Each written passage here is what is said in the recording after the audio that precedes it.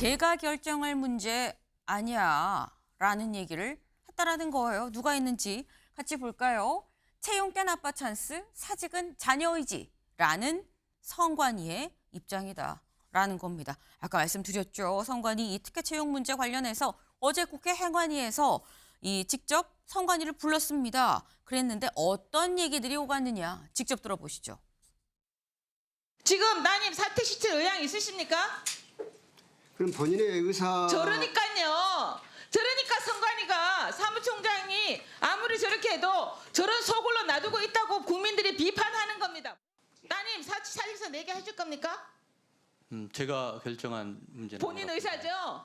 채용할 때는 아빠 찬스 쓰고 그리고 국회에 나와서 거짓말하고 아빠 찬스 안 쓴다고 거짓말하고 드러나니까 약 일시적으로 직무 배제시켰다가 잠잠해지니까 직무 복귀시키고. 네. 지금 직접 들어보셨죠. 지금 조은희 의원이 물어봅니다. 지금 증인으로 나온 사람이 박찬진 전 사무총장 그리고 송봉섭 전 사무차장인데 이제 관련해서 자녀 특혜 채용이 지금 이 적발이 된 상태인 거죠. 그래서 어떻게 할 겁니까? 사직시킬 겁니까? 라고 얘기했더니 이렇게 자녀 의지입니다라는 취지로 얘기를 했다라는 거예요. 네.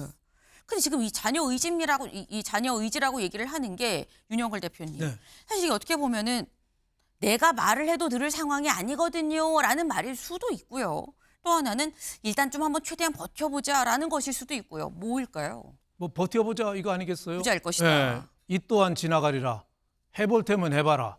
그러니까 그 공직자 채용 비리로 채용됐을 때 네. 채용을 취소할 수 있는 법이 2021년 12월 8일부터 시행이 됐어요. 그러니까 2021년 12월 이전에 채용한 사람은 어떻게 할 수 있는 방법이 없어요. 그래서 감사원 감사 통해서 채용 비리가 878건인데 지금 문제가 되는 게 10명이잖아요. 친인척 중앙선거관리위원회 그 가족 네. 이 10명 지금 문제가 되고 있는데 그중에 한 명만 그 이후에 채용이 됐기 때문에 2021년 12월 이후에 그 사람은 이제 해고가 됐는데 나머지는 뭐 방법이 없으니까 해볼 테면 해보라 이거죠. 그러니까 채용할 때는 아빠 찬스 써서 했는데 그만두는 거는 자녀의 그 판단에 맡기겠다. 네. 이것처럼 뻔뻔한 사람이 있나요? 그러니까 그 채용 저렇게 뒷문으로 들어온 사람이 생선으로 말하면 썩은 생선이거든요. 썩은 생선은 내버려야 되잖아요. 그래야지 되는데 지금 썩은 생선을 냉장고에 같이 넣겠다는 거예요. 네. 그래서 좀 시간이 지나고 잠잠해지면은 다시 정상 근무시키겠다는 거죠. 그러니까 있을 수 없는 일이 지금 벌어지고 있다 이렇게 생각합니다. 네, 지금 이 썩은 생선에 좀 비유를 하셨어요. 썩은 생선은 내버려야지. 같이 다른 생선들하고 이 냉장고에 넣어놓으면 다른 생선들은 어떻게 되는 것이냐라는 거죠. 썩은 내가 같이 물들어 갈 수 있는 거죠. 빨리 내버려야 된다. 좀 뻔뻔하다라는 말씀을 지금 하셨는데 근데 그러면 여기서 드는 생각이 왜 그 성관이가 자르면 되지 라고 생각을 할 수 있습니다만 아까 살짝 말씀하셨죠. 이게 법적으로 좀 문제가 있다라는 겁니다. 관련 목소리 들어보고 오시죠. 그 45조의 3 지금 채용 취소에 대한 규정이 시행 이후에 채용된 자에 한하여 실시된다라고 돼 있습니다. 그래서 지금 저희가 그걸 다 검토를 해봤는데 지금 연루된 10명의 그 비리 채용자 그 자녀에 대해서 보니까 한 명만 그 법 이후에 그 채용된 사람이고 9명은 지금 그 이전에 채용된 상황입니다. 조직 폭력배들 조직입니까? 누가 무슨 결심을 해서 뭘 어떻게 한다고요? 법적으로 문제를 해결할 방법이 없은 법을 그래서 지금 저희가 어떻게 그래서 이렇게 지금 저희가 어떤 방법으로든지 그 정도 보기 듣겠습니다. 위해서 알겠습니다. 지금 대기 발령을 한 상태입니다. 네. 지금 이 사무총장이 약간 안절부절하면서 막 얘기를 하고 있어요. 뭐라고 얘기를 하느냐. 법으로 지금 따져보면 이거를 그냥 우리가 뭐 안 돼 나가라고 할 수 있는 상황이 아니다. 그래서 지금 우리도 좀 대안을 찾아보고 있다. 일단 대기 발령을 해놓고 대안을 좀 찾아보고 있다라고 얘기를 하는데 근데 그렇다고 한다면 이거는 최창일 교수님 성관이 입장도 좀 난감하긴 하겠다 싶은 생각이 들긴 듭니다. 성관이는 어떻게 해야 되는 걸까요? 이렇게 버틴다고 하면. 지금 사무총장의 발언의 태도가 문제예요. 이 법에 이제 이렇게 나와 있기 때문에 그 이전이 해당이 안 된다는 얘기 아니에요. 한 명밖에 해당이 안 되니까 지금 방법을 찾아보겠다. 그래서 대기 발령 확대 냈다 그러는데 이렇게 얘기할 게 아닌 거죠.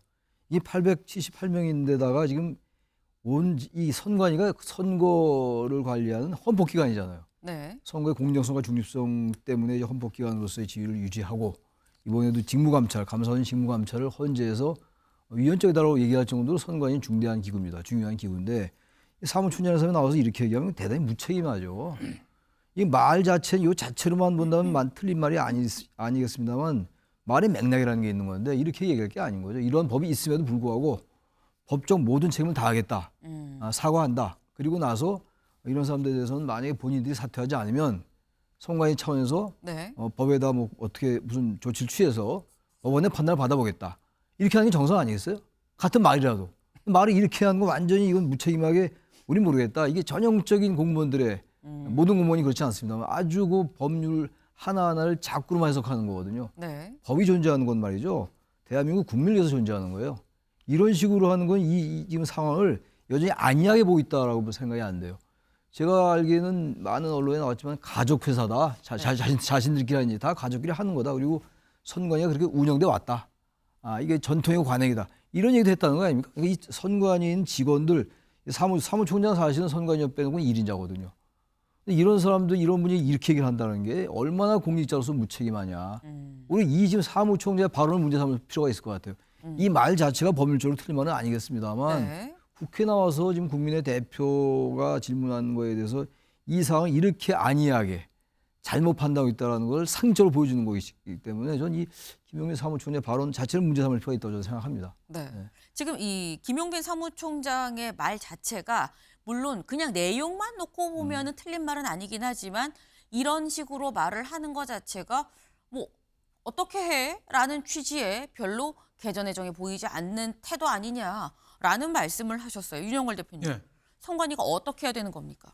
선관위가 자체 감사 시스템을 도입하고 네. 지금 헌법재판소에도 선관위 손을 들어줬어요. 이게 문제가 된 게 감사원이 직무 감찰을 해서 878건 채용 비리를 드러낸 거거든요. 네. 지금 헌법재판소가 지난주에 앞으로 직무 감찰 하지 마 이렇게 됐어요. 그러니까 자체적으로 외부 감사 시스템을 좀 도입해야지요. 그리고 지금 대법관이 선관위원장 비상임 겸직을 하잖아요. 네. 이런 것도 고리를 끊어내야지요. 그리고 모든 거는 규칙에 따른다, 법에 따른다 이런 식으로 거기에 피해 나가지 말고 책임 경영, 책임 지도 체제를 저는 구축해야 된다고 봐요. 지금 선관위가 우리나라에서 아마 국회의원 하면 갑중에 갑이잖아요. 그 국회의원 우회에 있는 게 선관위입니다. 국회의원들도 국회도 선관위 눈치 봐요. 왜냐하면 선거 끝나고 고발하면은 벌금 100만 원이면 국회의원 날라가잖아요. 그러니까 네. 선관위한테는 눈치 보거든요. 무소불위, 철밥통이 아니라 다이아몬드 밥통입니다. 이 선관위를 지금 이대로 놔둘 수 있느냐 말이죠. 예? 지금 헌법재판소도 가재는 개판이라고 직무감찰이고 아무것도 지금 못하게 돼 있어요. 그러니까 앞으로도 계속 채용 비리는 계속 나올 수밖에 없다. 그래서 저는 부정선거 지금 계속 나오잖아요. 윤 대통령도 얘기하고. 부정선거는 저는 믿지는 않아요. 하지만은 선관위가 이런 사람들 때문에 부정선거 소쿠리 투표 자꾸 불신을 부추기는 측면이 있다. 이런 생각이 좀 들어서 시급한 외부 통제 감시 시스템 네. 그리고 저 선관위원장의 그 뭐라 그럴까 책임 있는 그 지도 체제 이게 굉장히 중요하다 이렇게 봐요. 저는 경제기자 하면서 옛날에 삼성그룹이 네. 신입사원 뽑을 때 이병철 회장이 직접 면접봤습니다. 왜 그렇겠어요? 사람 한 명이 잘못 들어오면요. 그 사람 한 사람이 일 안 하는 게 아니라 악화가 양화를 구축한다고 다른 사람도 못하게 하고 조직을 흔들어 버립니다. 네. 그러니까 이 친인척들, 고위관리 친인척들이 선관위 전체 분위기를 완전히 망치는 거예요. 그래서 저는 이게 굉장히 중요한 문제고 우리 국가 기강의 문제고 우리 자유민주주의의 수호와 관계된 일이다 이렇게 보고 있습니다. 굉장히 중요한 일이다. 악화가 양화를 구축하지 않느냐 이 말씀을 하셨어요. 이 보겠습니다. 아빠 찬스 직무배제 그친 이 선관위 여야 질타에 다각도로 조치를 검토하고 있습니다. 라고 얘기를 했다라는 거죠. 근데 이 조치가 어떤 조치를 검토를 하고 있다는 거냐. 지금 윤영걸 대표님은 외부 감사를 이 드리는 방안까지 다 포함을 해서 적극적으로 완전한 쇄신을 하지 않으면 안 된다. 라는 말씀을 하셨어요. 다각도로 검토하고 있는 조치가 얼마나 실효성 있는 조치가 나올 것이냐 여부가 관건이 될 것 같습니다.